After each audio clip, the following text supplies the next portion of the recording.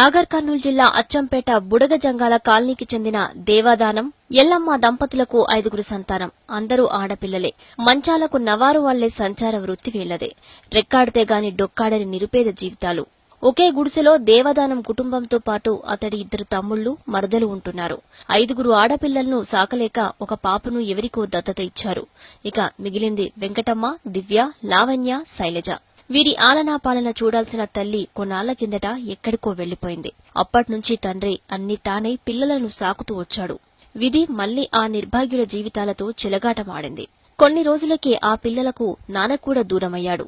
మంచాలు అల్లడానికి నాగర్ కర్నూలు వెళ్లిన దేవదానం రోడ్డు ప్రమాదానికి గురయ్యాడు. కాళ్లు 2 విరిగిపోయి ఒళ్లంతా గాయాలతో గాంధీ ఆస్పత్రిలో చికిత్స పొందుతూ చనిపోయాడు. కనీసం అప్పుడైనా తల్లి వస్తుందని పిల్లలు ఆశగా ఎదురుచూశారు. కాని ఆమె జాడలేదు. కౌన్సిలర్ ఇంకొంతమంది కలిసి దేవదానం అంత్యక్రియలు జరిపించారు. ఇప్పుడా ఆడపిల్లలకు అమ్మా ఎటూ లేదు. కొండంత అండా నాన్న కూడా ఈ లోకాన్ని విడిచి వెళ్లాడు. దిక్కులేని అనాథలయ్యారు. 2 బాబాయిలు, పిన్ని ఉన్నప్పటికీ 4 ఆడపిల్లలను పెంచే ఆర్థిక స్తోమత వాళ్లకు లేదు. అక్క వెంకటమ్మ చదువు మానేసి చెల్లెలను కంటికి రెప్పలా చూసుకుంటోంది. తండ్రి చనిపోయినప్పుడే అమ్మ కూడా చచ్చిపోయిందని పిల్లలు అమాయకంగా చెబుతుంటే గుండె తరుక్కుపోతుంది. దివ్య, మా బాబాయ్లే చూసుకుంటుర్రు. మా అమ్మ వచ్చిన పోము.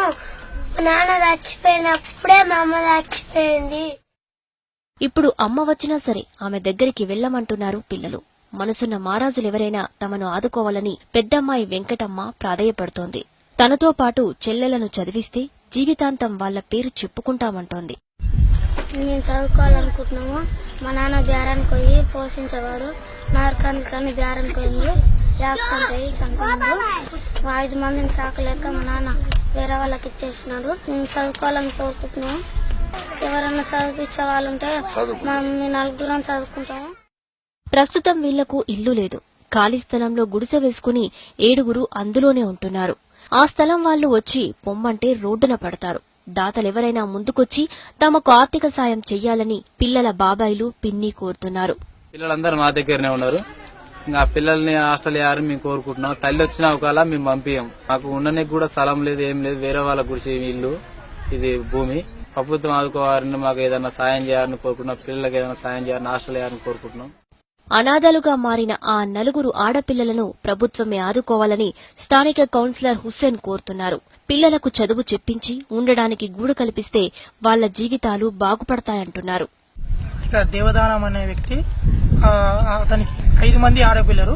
ఒక ఆడపిల్ల తల్లి వెళ్లిపోవడం వలన ఒక ఆడపిల్లని పోషించలేక వేరే వాళ్ళకి ఇచ్చేశాడు. ఇప్పుడు పరిస్థితి ఏంటంటే 4 ఆడపిల్లలు, తల్లి వెళ్లిపోయింది. ఆడపిల్లలని ప్రభుత్వ పరంగా లేదా సుస్థిర సంస్థలైనా ఆడపిల్లలను అందరినీ ఆదుకోవాలని కోరుతున్నాము. దేవాదానం కుటుంబాన్ని ఆదుకునేవారు state bank of Hyderabad 6241807595 account నంబర్లో ఆర్థిక సాయాన్ని జమ చేయవచ్చు. లేదంటే 9985700363 మొబైల్ నంబర్లో నేరుగా సంప్రదించవచ్చు. అయ్యో పాపం, ముక్కు పచ్చలారు 4 ఆడపిల్లలు. విధి వెక్కిరించింది. ఆలనా పాలనా చూడడానికి అమ్మలేదు. అన్నీ తానే చూసుకున్న తండ్రి రోడ్డు ప్రమాదంలో మరణించాడు. ఆ చిన్నారులకు నిలువ నీడ లేదు, ఉండడానికి ఇల్లు లేదు, తినడానికి తిండి లేదు. తాత్కాలికంగా అయ్యో పాపం అనేవారే, శాశ్వతంగా చూసేవారు ఎవరూ లేరు. ఈ అనాథ ఆడపిల్లలకు ప్రభుత్వంతో పాటు మానవతావాదులు ఆర్థికంగా అన్ని రకాలుగా ఆదుకోవాల్సిన అవసరం ఎంతైనా ఉంది. కెమెరామెన్ శ్రీనివాస్తో శేఖరాచారి, టీ న్యూస్, నాగర్ కర్నూలు.